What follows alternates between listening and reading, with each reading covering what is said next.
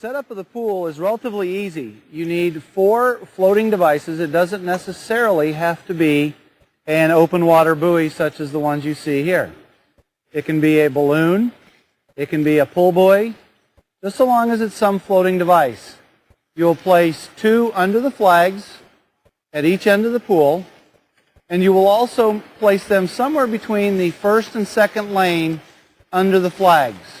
Those will be your 4 turning buoys for the race.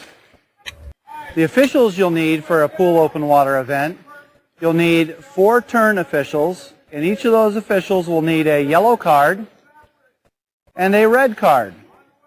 The yellow card is a warning card if an infraction occurs, and a red card is just like in soccer where they're eliminated from the race. You may want to use a start rope.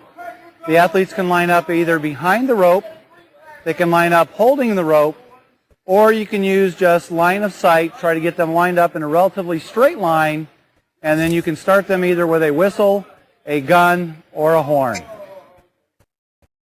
To time the race, you need at least a stopwatch. And to make it even easier, if you have a stopwatch that will hook to a printing unit, then you can be able to get the splits or the final times and be able to match them up with the place finishing of the athletes relatively easy. It makes your results be able to get out much quicker. Swimmers, take your mark.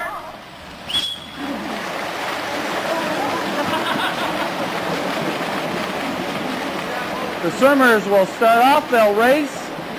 Down the course, they will have to make the turn around the buoy, head over to the other buoy, round that buoy.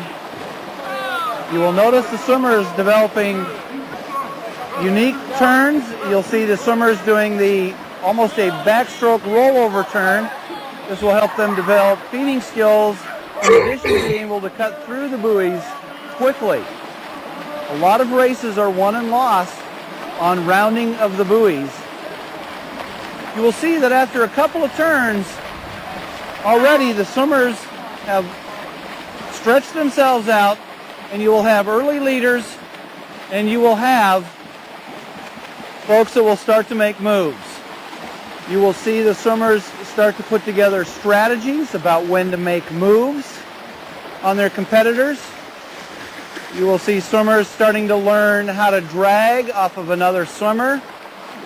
As they race the last buoy, they will come in and they will finish to the wall with a hand touch. The times will be yelled out.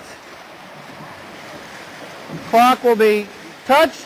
You will have someone calling off their race numbers while your timer is clicking the split button, and it will be printed up. And then you will be able to take the printed timesheet in addition to the printed finish sheet, and you will be able to then put those race results together to print your results.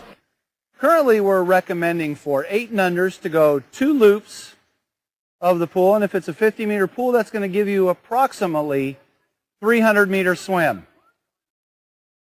With 9-10s, if they go 4 loops, that will be approximately 600-meter swim. Your 11 and 12-year-olds will go 6 loops, which will put them somewhere in the 900-meter swim category. Your 13-14s will go 8 loops, which will put them somewhere around 1,200-meter swim. And then your 15 to 18-year-olds, if they do 10 loops, that'll make it somewhere approximately around 1,500 meters. You will find that those times will certainly be faster than they would do in a normal pool swim. And the distances are only approximations, not actual distances.